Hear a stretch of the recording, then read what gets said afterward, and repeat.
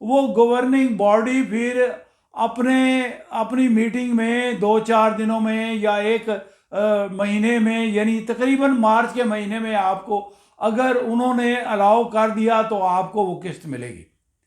اب 3-4 سوالات پیدا ہوتے ہیں۔ 3-4 سوالات پیدا یہ ہوتے ہیں کہ آپ کو لون کی قسط مل گئی، فرض کر لیں یہ لون کی قسط ملنے سے آپ کو کچھ بریدنگ سپیس مل جائے گی، کوئی آپ کو سانس لینے کی گنجائش مل جائے گی۔ آپ یہ کر لیں گے کہ جو آپ کے 9,000 کنٹینر پورٹ پہ رکے ہیں وہ ریلیز ہو جائیں گے، کچھ پیٹرول آپ کو مل جائے گا، پیٹرول کی تنگی دور ہو جائے گی، کوئی دوائیوں کی چیزیں آ جائیں گی، کوئی دالیں آ جائیں گی اور کوئی ضروری چیزیں آ جائیں گی۔ ویسے تو آپ کی بہت ساری فیکٹریاں بند ہیں، بہت سارے کارخانے بند ہیں، ایک برا حال ہے۔ جو بات سوچ و وچار کرنے کی ہے وہ میں ابھی آپ کو بتاتا ہوں۔ یہ 1.50 بلین، 1.5 بلین یعنی 1.5 ارب ڈالر کی قسط آپ کو ملے گی۔ اب 1.5 ارب ڈالر ملکوں کی اکانومی میں کوئی بڑی اہمیت نہیں رکھتا، تھوڑی سی اہمیت ہے، بڑی اہمیت نہیں ہے۔ یہ لمبے عرصے کے لیے نہیں ہوگا کہ 6 مہینے کے لیے، سال یا 2 سال کے لیے آپ کو ریلیف مل گیا اور آپ بے فکر ہو گئے اور آپ کا نظام کار چلتا رہے گا، نہیں۔ یہ یاد رکھیے، میں ہمیشہ میری یہ خواہش رہی ہے اور میری کوشش رہی ہے کہ میں اپنی ویڈیو کو انتہائی سادہ زبان میں، انتہائی سمپل طریقے سے بناؤں اور بیان کروں جو عام آدمی کی سمجھ میں آ جائے۔ اگر میں بہت ساری ٹیکنیکل ٹرمینالوجی استعمال کروں گا، بہت سارے فیکٹس اینڈ فگرز ایسے تکنیکی طور پہ آپ کو بیان کروں گا تو آپ اس میں الجھ جائیں گے، آپ کو سمجھ نہیں آئے گی، آپ کے لیے میری ویڈیو عام آدمی کے لیے کارآمد نہیں ہوگی۔ میں عام آدمی کو نہایت سمپل زبان میں سمجھاؤں گا۔ اب بات یہ ہے کہ یہ آپ کے جو قرضے کی قسط ہے، یہ 9th ریویو کا جو قرضہ ہے جو آپ کو ملے گا آئی ایم ایف سے، آئی ایم ایف کا قرضہ ملنے کے بعد پھر آپ کے دوست ممالک جنہوں نے پہلے ہی آپ کو بہت قرضہ دیا ہوا ہے، جس میں سعودی عرب بھی ہے، چائنا بھی ہے، یو اے ای بھی ہے، ورلڈ بینک ہے اور ایشین ڈیولپمنٹ بینک ہے اور کچھ اور دبئی کے بینکس ہیں جنہوں نے آپ کو قرضے دیے ہیں۔ آپ کے اوپر بہت زیادہ قرضے ہیں، یعنی ایک پہاڑ ہے قرضوں کا۔ میں وہ ساری فگرز آپ کو بتاؤں گا، آپ خوفزدہ ہو جائیں گے، ڈر جائیں گے۔ میں وہ سمپل رکھنا چاہتا ہوں، آپ کو جو بات سمجھانے کی ہے وہ سمجھانا چاہتا ہوں۔ وہ یہ ہے کہ آپ کے اوپر قرضوں کا ایک پہاڑ ہے۔ اب یہ 1.5 بلین ڈالر کی جو قسط آپ کو ملے گی، اس کے بعد یہ باقی قرضے جو آپ کو آلریڈی ملے ہوئے ہیں، جن کی واپسی کا ٹائم آ گیا ہے، وہ ری شیڈیول ہو جائیں گے۔ ری شیڈیول کا مطلب ہے کہ وہ آپ کو واپسی کی میعاد میں آپ کو کچھ میعاد مزید مل جائے گی۔ ری شیڈیولنگ کا مطلب یہ ہے، چلیں ریلیف مل جائے گا، یہ بات تو ہے، لیکن یہ یاد رکھیے وہ قرضے بھی برقرار ہیں اور قرضوں کا سود بھی آپ کے اوپر بڑھتا رہے گا۔ یہ ایک خوفناک بات ہے، قرضے برقرار ہیں، قرضوں کا سود بھی برقرار ہے۔ اب بات یہ ہے کہ یہ جو قرضے آپ لیتے جا رہے ہیں اور خوشی سے آپ دیوانے ہو جا رہے ہیں کہ جی ہمیں آئی ایم ایف نے دے دیا، ہماری بات مان لی، ہمارے ٹاکس جو تھے، ہماری جو میٹنگز تھیں ان کے ساتھ کامیاب ہوگی۔ بھائی میٹنگز کامیاب ہو گئی تو قرضے آپ کے بڑھ گئے نا۔ آپ کا نظام کار تو چل رہا ہے لیکن قرضے آپ کے بڑھ گئے۔ پہلی بات کہ قرضے آپ کے مزید بڑھ گئے۔ دوسری بات کہ قرضے بڑھنے کے ساتھ قرضوں کا سود بھی بڑھ گیا، وہ سود بھی بہت زیادہ پہاڑ کی شکل میں آپ کے اوپر بڑھ گیا۔ یہ ایک بہت بڑا تھریٹ ہے قوم کے لیے۔ اور تیسرا پوائنٹ، بالکل ابھی 2-4 باتیں کر کے میں لیکچر ختم کرتا ہوں۔ تیسری بات یہ ہے کہ اس کے ساتھ ساتھ ہماری کرنسی روز بروز ڈی ویلیو ہوتی جا رہی ہے، اور کرنسی ڈی ویلیو ہونے کی صورت میں آپ کے قرضوں کا بوجھ جو ہے انٹرنیشنل لیول پہ ڈالر کی قدر میں اضافے کے ساتھ قرضوں کا بوجھ، حجم جو ہے قرضوں کا، وہ مزید بڑھ جائے گا اور بڑھ رہا ہے۔ یہ تین باتیں میں نے آپ کو بتا دی ہیں، یہ تینوں خطرے کی باتیں ہیں۔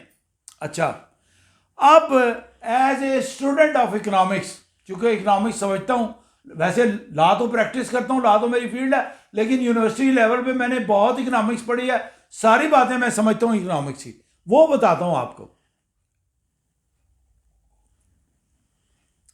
وہ یہ ہے کہ ہماری حکومت خوشی کا اظہار کر رہی ہے، ہماری حکومت جو ہے وہ کہہ رہی ہے کہ وہ ہمارا نظام چل پڑے گا۔ بھئی آپ کی حکومت آتی ہے، 5 سال آتی ہے، یا 5 سال سے پہلے انتخابات ہو جاتے ہیں، ایک آتا ہے، دوسرا آتا ہے، تیسرا آتا ہے، کسی نے قوم کو یہ نہیں بتایا کہ ہمارے پاس قرضوں کی ادائیگی کا پلان کیا ہے۔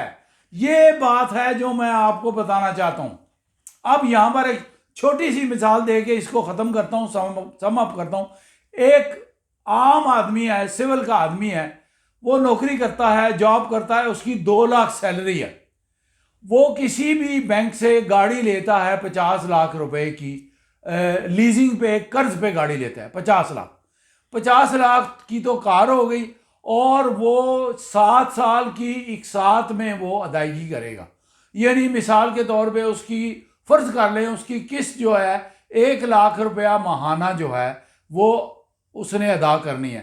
تو بینک اس کے سارے معاملات، اس کی سیلری سلپ، اس کا سیلری ریکارڈ، اس کے سارے ڈاکومنٹ چیک کرنے کے بعد وہ گاڑی اپنے نام رکھے گا بینک، اور اس کو دے گا 7 سال کی قسط پہ، اور 7 سال میں وہ 50 لاکھ کی جو گاڑی ہوگی وہ اس کو 70 لاکھ روپے میں پڑے گی۔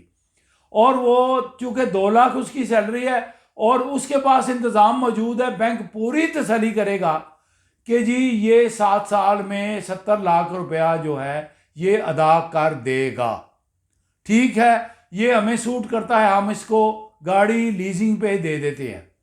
اچھا، اب بات یہ ہے کہ یہ تو نظام ایسا ہو گیا کہ اس کے پاس واپسی کی جو گارنٹی ہے وہ یہ ہے کہ وہ اس کی جو ماہانہ تنخواہ 2 لاکھ روپیہ ہے، اس میں سے وہ 1 لاکھ روپیہ اپنی گھر پہ خرچ کرے گا اور 1 لاکھ روپے کی قسط ادا کرے گا، اور ریگولر ادا کرتا رہے گا، تو 7 سال میں وہ ادائیگی مکمل ہو جائے گی۔ اب آپ کا تو یہ نظام نہیں ہے، آپ کی ایکسپورٹس کم ہیں، آپ کی امپورٹ زیادہ ہیں، یہ میں اپنے پہلے لیکچرز میں بتا چکا ہوں۔ آپ کے جو کاسٹ آف پروڈکشن ہے، یعنی جو مال آپ ایکسپورٹ کرتے ہیں ان کی جو پیداواری لاگت ہے وہ بہت زیادہ ہے۔ آپ کا مال چین کے مال سے، تائیوان کے مال سے، کوریا کے مال سے مہنگا ہے، اور وہ باہر کی مارکیٹوں میں خریدنے کے لیے پرکشش نہیں ہے۔ تو آپ کی ایکسپورٹس تو کم ہیں، آپ کی ایکسپورٹس کم ہیں اور آپ کی امپورٹ زیادہ ہیں، اور اس میں ڈیفیسٹ ہے، ایکویلیبریم نہیں ہے، برابری نہیں ہے۔ تو آپ کیسے یہ پورا میٹ کر پائیں گے؟ سوال یہ پیدا ہوتا ہے۔ ہمارے سیاستدان، ہمارے حکومتی صاحب اقتدار لوگ، اور ہمارے اسحاق ڈار، اور ہمارے حفیظ شیخ، اور ہمارے مفتیٰ اسماعیل، جو خود کو بڑے ایکسپرٹ کہتے ہیں، کسی نے عوام کو اعتماد میں نہیں لیا، کسی نے عوام کو یہ بات، یہ فارمولہ نہ بنایا نہ پیش کیا کہ ایک قرضوں کا پہاڑ پاکستان پہ کھڑا ہو گیا ہے، قرضوں کے ساتھ سود کا پہاڑ بھی پاکستان پہ کھڑا ہو گیا ہے، ہم قرضے لیتے جا رہے ہیں، ہماری جو فارن ایکسچینج ہے، ریزروز ہیں، وہ نہیں بڑھ رہے، ہماری آمدن نہیں بڑھ رہی، ہم ادا کیسے کریں گے؟ یہ جب قرضوں کا پہاڑ ہے تو یہ آپ کی قوم کو دیمک کی طرح کھا جائے گا، آپ کی اکانومی کو، آپ کی معیشت کو کھا جائے گا۔ میں روزانہ کی بنیاد پر تمام خبریں سنتا ہوں، تمام اخبارات پڑھتا ہوں، تمام ڈسکشن ٹاکس جو ہیں وہ تمام ٹی وی چینل بڑا وقت لگا کے سنتا ہوں. مجھے فکر یہ ہے کسی ایک شخص نے یہ پلان نہیں بتایا کتنے سالوں میں قرضے اتاریں گے، ہمارے پاس قرض کی واپسی کا طریقہ کار کیا ہوگا اور اس کے ریسورسز کیا ہوں گے، اس کے وسائل کیا ہوں گے، کہاں سے نکال کے ہم یہ قرضہ واپس کریں گے. یہ سوال میں قوم کے لیے چھوڑتا ہوں، آپ کے لیے چھوڑتا ہوں، آپ کی فکر کے لیے سوچتا ہوں. مجھے تو یہ فکر بڑا پریشان کر رہی ہے اور یہ پوری قوم کے لیے لمحہ فکریہ ہے. آپ کے پاس اب آپ کی کسی حکومت کے پاس یہ شور مچا ہے مجھے حکومت دے دیں، الیکشن کرا دیں، میں بہت پاپولر ہوں، وہ کہتے ہیں ہم پاپولر ہیں وغیرہ وغیرہ. میں اس چکر میں نہیں پڑتا. ایک حکومت جائے گی دوسری آئے گی، قرضہ تو ادھر ہی رہے گا نا. قرضہ تو بڑھ رہا ہے، قرضہ اس لیے بڑھ رہا ہے آپ مزید قرضے بھی لے رہے ہیں، آپ مزید سود بھی آپ کے اوپر چڑھ رہا ہے. تو سوچنے کی بات یہ ہے کہ قرضہ جو ہے جب تک آپ ریسورسز نہیں بتائیں گے کہ فلاں جگہ سے مجھے یہ آ رہا ہے پاکستان کو، فلاں جگہ سے اوورسیز کی فارن ایکسچینج آ رہی ہے، فلاں جگہ سے ہماری ایکسپورٹس سے پیسہ آ رہا ہے، ان سے ہم ادائیگیاں کریں گے تو ہمارے قرضے آئندہ 10 سال 15 سال 20 سال یا آئندہ 50 سال میں ہم اتار دیں گے. کسی نے ایک بات نہیں کی. یہ بڑے مکار اور بڑے چالاک لوگ ہیں، اپنی حکومت چلا رہے ہیں، اپنے عیاشیوں کے خرچے، اپنی گاڑیاں، اپنے الاؤنسز، اپنے بینیفٹس جو ہیں وہ عوام کے اوپر ٹیکسز لگا کے حاصل کر رہے ہیں. عیش و عشرت اور بیرون ممالک کے دورے اور شاپنگ اور سب کچھ کر رہے ہیں. عوام کی ان کو فکر نہیں ہے. عوام کو نہیں بتایا جا رہا آپ کے قرضے کیسے اتاریں گے. یہ سوال میں آپ کے لیے چھوڑتا ہوں. سوچنے کی بات ہے. آپ فکر کیجئے، آپ ان سے پوچھئے کہ آپ کو قرضہ واپس کرنے کا آپ کے پاس کیا فارمولہ ہے. اسی کے ساتھ میں یہ پریشانی کے عالم میں آج کی ویڈیو مکمل کرتا ہوں. اللہ میرے پاکستان کو سلامت رکھے، اللہ پاکستان کو سلامت تا قیامت رکھے. آپ کی خیر ہو، آپ کے بچوں کی خیر ہو، پاکستان کی خیر ہو.